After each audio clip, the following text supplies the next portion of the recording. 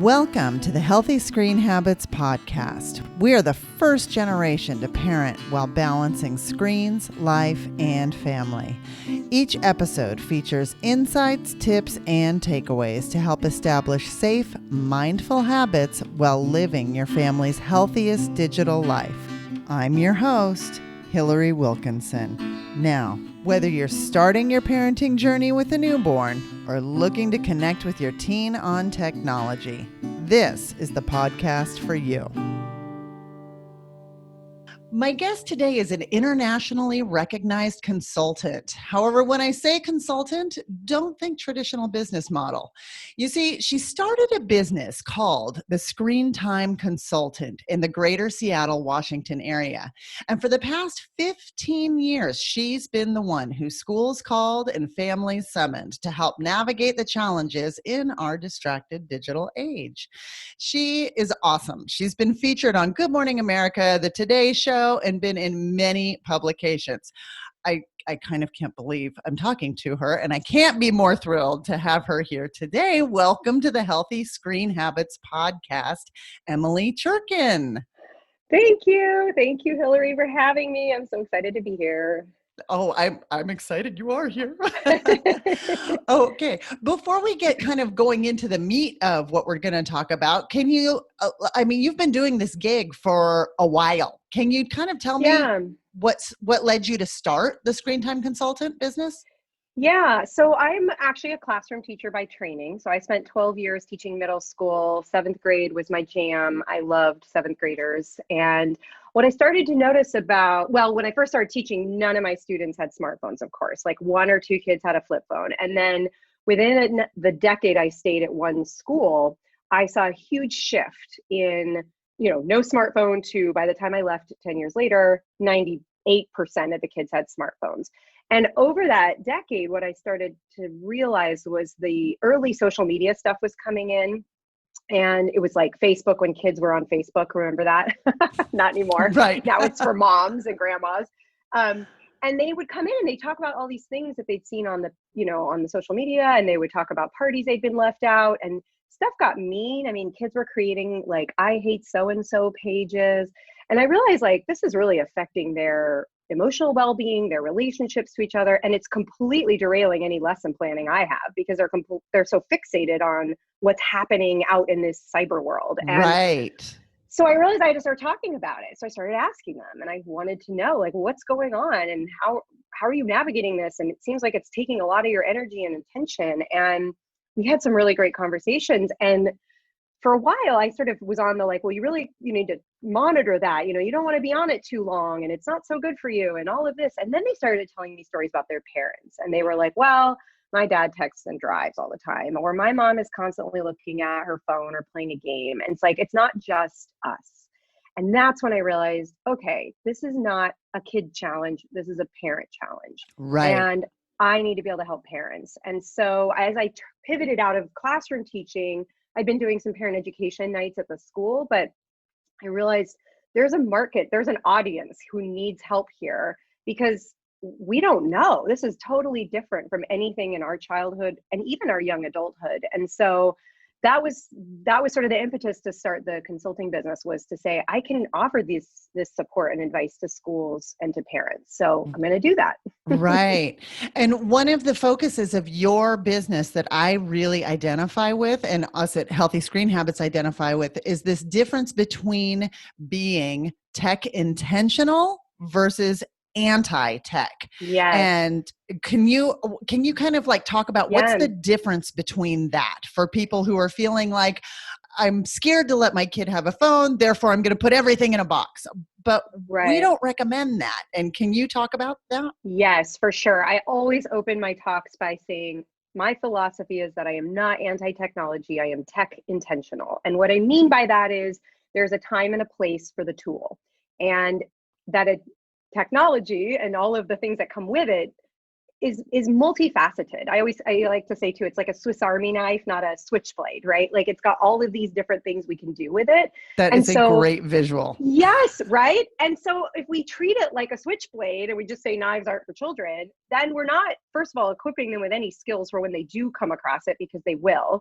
And then we're also lumping it all into this all good, all bad binary, which is problematic on many levels. If we say chocolate is bad, are you never supposed to enjoy a piece of chocolate, right? Or maybe you shouldn't have chocolate every single day for every single meal. Or little chocolate every day is okay. Come on, let's not get crazy here, Emily. Okay. Well, and that's actually what I say to parents, because they ask me all the time, how much screen time is too much screen time? And I say very unhelpfully, a little bit is okay and a lot is too much. The issue isn't a little bit of screen time. The issue is excessive screen time. And even that can mean a whole lot of different things. I love that answer. Okay. So early on in the pandemic, very early on, like March 2020, you were featured in an article in the New York Times that the title was "Coronavirus Ended the Screen Time Debate. Screens Won." And I have to tell you, I had this kind of visceral response to that title, because just exactly like you said, it boiled down the issue of screen time to this win-lose scenario. And for people like you and us at Healthy Screen Habits who do the work of trying to create space for tech intentional practices, it seemed super dividing and super binary. You make the point in this article that ed tech companies were jumping on the opportunity. And so I have to ask you the question that is the $1 million question that I don't even know if we know the answer to yet. But knowing that digital platforms have provided a lot of instruction during this time, is online education working? Oh, that is the $1 million question. So let me be really clear about one thing that's often glossed over in these stories. And I just said it a minute ago, and I'm going to say it again. The issue is not a little bit of screen time, it's excessive. And what is excessive for one kid may look really different for another. And the problem with online education has been, and it's not that online education didn't exist prior to the pandemic. I'm speaking specifically to what remote learning sort of for the last 12 months has been. Certainly. But there's a huge range in quality and application. And even within a school, different teachers have done different things. Even if the school said do it this way, teachers are still masters of their craft. The problem is that kids also don't respond the same way. So, one of the big challenges is that prior to the pandemic, the American Academy of Pediatrics had some recommendations about screen time limits. Well, forget it. I mean, if your kids are now spending 6 hours online for remote learning, what does that mean for that entertainment piece? And I can see in my own household, my two children's very different experiences with remote learning. One was an incredibly passive, just listening all day long, not moving in a chair. And another child had creative teachers who only met twice a day for an hour and a half. They were on their feet doing theater games, drama, dance, music, art. Like it was all about the relationship. I could not agree more. I've seen the same in my own household. Exactly. And, my husband came up with this great analogy. And I will say, I think there's a small subset for whom remote learning actually might have been an improvement over regular schooling. And I think it's okay to have an option for that for a small select group that's really a known entity, like that we identify as this is better for them. But sure. I don't think that means we shouldn't continue to make schools better, right? For everybody. That's what they should be. And my husband had this great analogy that he said, last spring, remote learning was the lifeboat that we needed to keep kids connected to their teachers, like to kind of get us through the spring. But a lifeboat is not long-term housing, right? No one is supposed to live on the lifeboat for a year. And yet here we are, many of us with kids still in remote learning a year later, and they are struggling. And it isn't academics. I mean, I'm a teacher, and I'm going to say, number one, I do not care about learning loss the way that, lots of headlines want us to care about it. Nothing happens without the relationship. It is learning happens in the context of a relationship. So and the emotional intelligence. Yes, exactly. And until we get that piece back in place, doesn't matter what math skills you're teaching, doesn't matter what standards or state requirements are. It's all about getting kids back into a relationship with their educators. Okay, when we come back, we're going to be talking a little bit more about education and a buzz phrase that's come up called gamification. And we'll be back after this break. Do you know what's happening during your child's online exchanges? As well-intentioned as we are, often reading every text message, post, and email is just not realistic. This is where Bark comes in to help. Founded in 2015, Bark Technologies provides a parental control app that monitors and alerts parents to online threats. Bark was created for parents by parents to offer a better, easier, and more effective way to keep children safe online. Bark monitors posts and messagings for things like signs of bullying and communication with dangerous strangers. Bark's algorithms analyze all activity and issue parents notifications via their chosen communication method. Gain peace of mind and get 10% off of Bark service for life by using the Healthy Screen Habits link. Go to our website at healthyscreenhabits.org, click on the Tools button in the drop-down menu, and look for products we endorse to find Bark. It will be the easiest click you make all day. Peace of mind is just a bark away. I'm speaking with Emily Cherkin, the Screentime Consultant, who's helped numerous families with her consultation services, small group coaching, and webinars. We're talking about the role technology has had in education. And there's kind of this buzzword around ed tech that is the term gamification. Can you define what is that? So it's a little bit confusing because it sounds good, right? Games, that's a good thing. We like games, play, make learning fun. But the problem is it's a lot more insidious than that. And it's using something called persuasive design. So shall we jump into persuasive design? For sure, because my next question, I asked you that so I could ask you this. Yes. Which was, how does gamification affect motivation with learning? And I think that speaks more to this persuasive design element that you're speaking of. Right. I think, yes, exactly. So persuasive design, this is how I define it because I try to put it in terms that parents will understand. It is the combination of psychology and technology to change our behavior. And on the one hand, you're like, well, okay, that's how bad can that be? But if you've ever been on your phone and had a notification jump in and say, oh, your friends miss you at Instagram, or if you've been scrolling through Twitter and noticed that there's never a bottom, right? Like you can literally scroll forever. Or, we've all been in there, you watching the Netflix series and you just one more episode and it auto loops into the next one, right? Absolutely. Those are all examples of persuasive design, right? Those subtle, tiny design techniques keep us on longer because at the end of the day, more eyeball time on screens is more advertising dollars, is more money for tech companies. Right. And the problem I have, any parent who's ever watched a kid like melt down after an iPad, is over. I think we can all know what that looks like.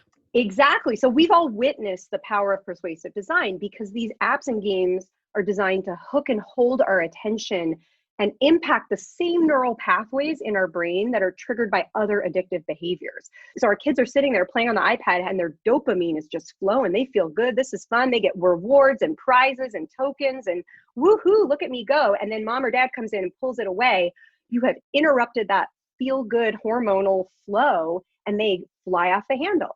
So when we talk to parents about this, I often say, like, first of all, our kids' brains aren't fully developed. Look how hard it is for us as adults to stop that auto looping into the next episode, 4 hours later. Our kids don't have that executive function control and they're being manipulated. And so this is when we talk to parents, one of the things I always say is this is not a fair fight. This is not fair. You are not fighting your child's behavior, refusal, whatever. It is their hijacked brains that you are fighting. Yeah. And that if you want to get me fired up and on a roll, that makes me so mad because there's so much money behind all of this. None of it goes to what's best for children. And tech companies have hired developmental psychologists to help design these products to be addictive for children. And that's criminal in my mind. I just find it astonishing that this is happening.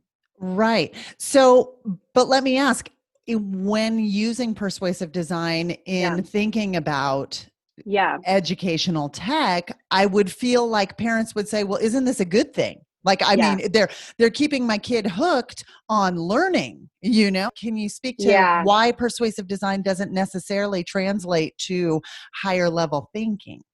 Right, because it's a short-term fix for a long-term need. And it doesn't work. It works in the short term. I mean, how many of us as parents have said, if you don't do X, you lose screen time? Right? I mean, I'm totally one of those parents who used to say that. And I probably still slip into it because in the moment it works. And like in the games, when the kids are getting these tokens and prizes and rewards, well, they're not necessarily, I mean, yes, there are certainly examples where you could prove that it teaches a skill. But what we want is we want kids to be intrinsically motivated to learn. We don't want them to be extrinsically motivated. We want them to learn for learning's sake, not because there's a prize at the end of the game, right? There's a pediatrician here in Seattle, Dr. Dimitri Christakis, who's Oh, done a love him. Love right him. He TED coined Talk. the phrase toddlers need laps, not apps. Yes, he's great. And one of the things he said that I quote all the time is that everything is educational. It's just what is it you want it to be teaching? And if we're teaching something about this, and actually the Campaign for Commercial Free Childhood has just done a huge campaign against the game Prodigy, which is a math game completely gamified. It's pretty astonishing how much it's uses gamification to drive in-app purchasing and upgrading and leveling up. And it's worth looking into what they're doing. And the campaign itself is pretty fascinating, but it maybe it makes learning fun in the initial moment, right? Kids get excited about the tokens and the prizes, but we want teachers to be the ones who help make learning fun, because again, learning happens in the context of relationships.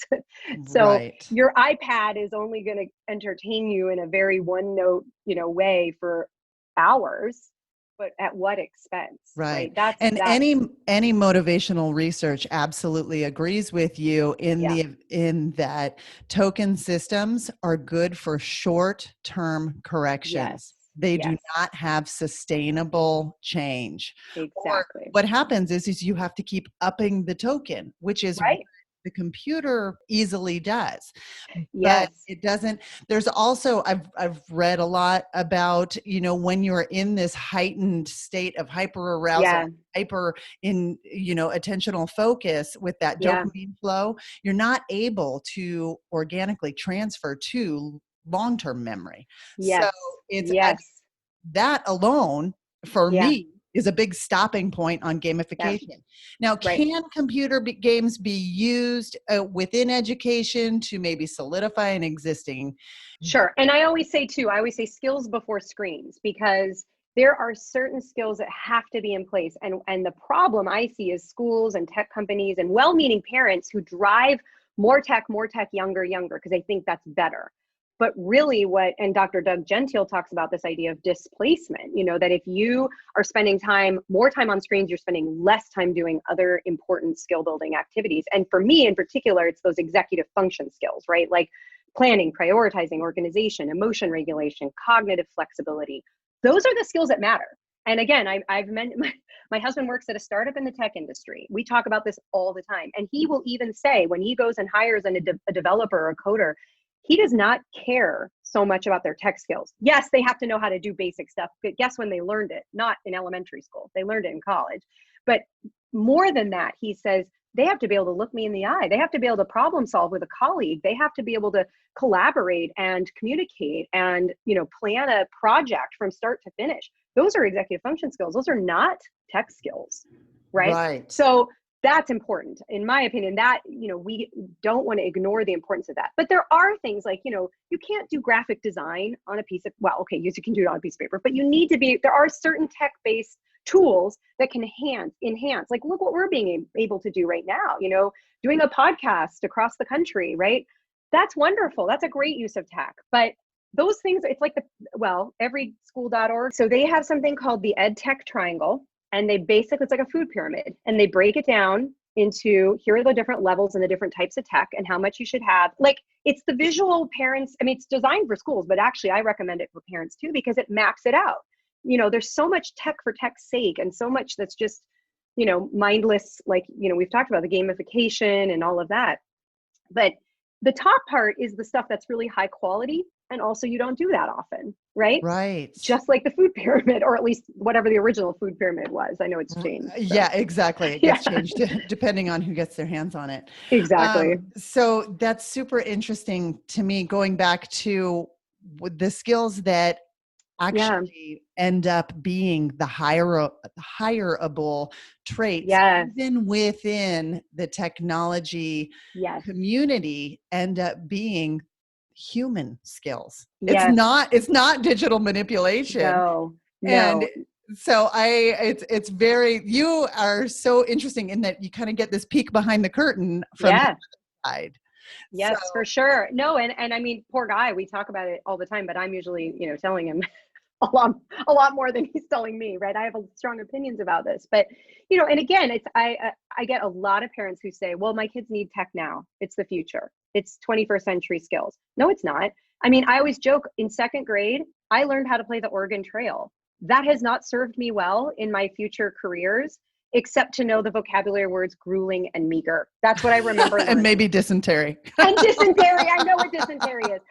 But it was a game and I had fun playing it, but it didn't set me up for my future career, Right. And so what it did was just like what you were saying. It helped cement prior knowledge that you already had going into Western movement. Right. And it was in the context of a bigger learning thing. I mean, of course, I'm dating myself, but back in our day, like the learning computer lab was like 1 40-minute session a week, right? Right. Weird. I mean, even remote learning, if we think about it, what would happen 10 years ago? I mean, even 10 years ago, we couldn't have done what we've done. I don't think I've said that again and again. I've said that, well, I mean, coronavirus was a lot of things, but at least it was well-timed as far as this goes, because I think our world would have truly shut down had we not had the ability that all of the digital platforms have allowed us to embrace. Exactly. And it also, I would say, pulled back the curtain for a lot of parents and educators to see what is behind this huge tech industry marketing. Not that everybody's going to do something good about it, but I think parents have witnessed firsthand now what 6 to 8 hours of screen time looks like, And I think that parents also have gotten a really good look at what the life of a teacher looks like. Yeah, I hope. Yeah. And I am a huge supporter of teachers. I think they have been asked to do the unthinkable for less pay for many, many years. I mean, technology is one thing, but the violence and stuff that we've seen in schools, and that teachers being asked to do beyond their pay scale. Right. And, I always used to joke, no one goes into teaching for the money.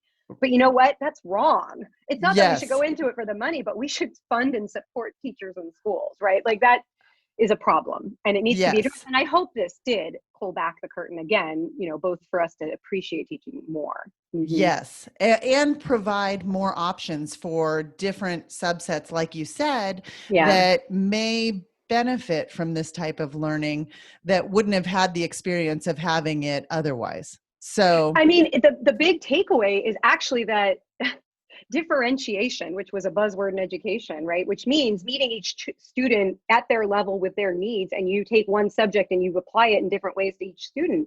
It works. It's what is good teaching. And the problem is the opposite has been happening, especially in public education, with standardization, right? So it's like, no, we're going to make everything fit into this one box, to this one test. And driven by standardized tests, which I think produced numbers that were easily comprehensible. Exactly. But it is certainly not the reality of the human experience. Cannot be boiled down to these, 2-week period of bubble in the test answers.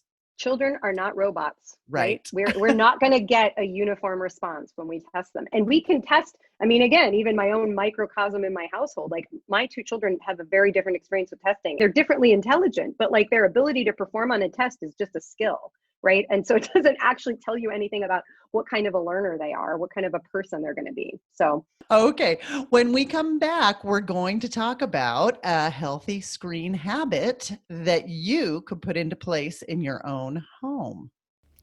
Are you looking to get your child a phone, but don't know where to start?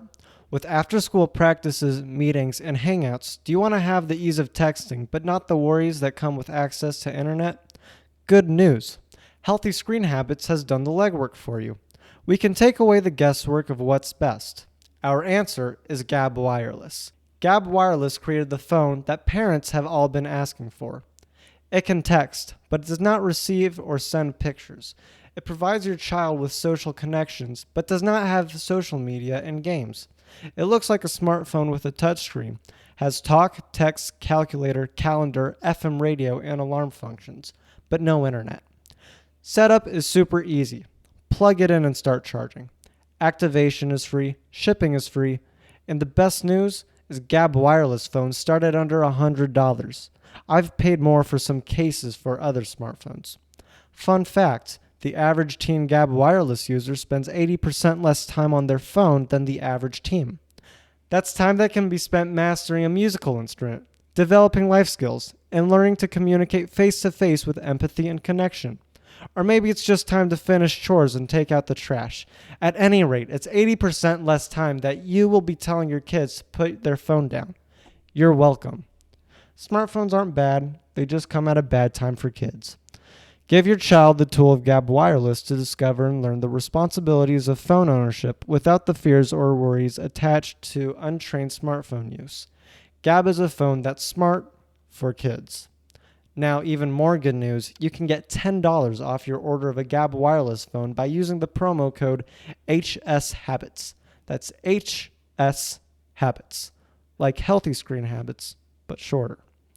You can find a link to Gab Wireless under the Tools tab on our website, www.healthyscreenhabits.org. Press and hold the tab and look for products we endorse in the drop-down menu. You're looking for Gab Wireless, G-A-B-B Wireless, your child's first phone that's smart for them. We're back. I'm talking with Emily Cherkin, the Screentime Consultant, whose mission is to help families and schools find balance with screen time. So, Emily, on every episode of the Healthy Screen Habits podcast, I ask for one healthy screen habit that our listeners can put into practice in their own home. Do you have one? I do. So a few years ago, I kind of had no doubt. I have many, but my favorite is one that I heard from a colleague a few years ago. And it's this idea of living your life out loud. And I've taken that and extrapolated it to the way we use our screens in technology. So it's when we are holding our devices or we're doing something on tech, we narrate what we're doing as we're doing it. We're saying it out loud. And there are so many benefits to this because we are holding ourselves accountable. We're modeling all the different ways that tech device is like a Swiss Army knife, right? Helping build that executive function. Executive function, skill building, and we can attach emotional vocabulary to it. We can say, oh, I get so frustrated by these notifications. I wish they weren't bothering me. It distracts me from what I'm trying to do. And then our kids go, oh, tech can be distracting. Oh, this is hard for my parents too. Oh, right? And we do it, the more we can do this, the better. Living our life out loud, talking, you're going to drive your kids nuts, but that's the point. You want them to pay attention, right? This matters. And repetition builds that Yes. kind of internal dialogue for them. Exactly, because parents are always saying, how many times do I have to tell you? I think the number is like 7. At least I remember in 7th grade, that's what my supervisor told me was, you have to tell 7th graders things 7 times before they learn it. So there you go. I don't know if that's scientific, but I liked that idea. So I love that. The healthy screen habit tip to live life out loud. Okay, well, thank you so much, You're Emily so Cherkin, welcome. for being here today. Yes, it was an honor to be here. Oh, well, true honor to have you on. Absolutely. If our listeners want to find out more about your wonderful services, they can check them out at the screentimeconsultant.com. And I'll link that in the show notes. That'd be great. And I'm also on Facebook, Instagram, LinkedIn, Twitter, and I have a YouTube channel because of course I do, the irony, right? But I hire someone else to help me with this. So I don't have to be on social all day. See, and that's how you live your life intentionally. Exactly. Tech intentionally. Exactly. That's so true. For more information, you can find us on Instagram and Facebook at Healthy Screen Habits. Make sure to visit our website, healthyscreenhabits.org, where you can subscribe to the show on Apple Podcasts or via RSS, so you'll never miss an episode. It's free, it's fun, and you get a healthy new screen habit each week. While you're at it, if you found value in this show, we'd appreciate you giving us a quick rating. It really does help other people find us and spread the word of healthy screen habits. Or if you'd simply like to tell a friend, we'd love that too. I so appreciate you spending your time with me this week, and I look forward to learning more healthy habits together.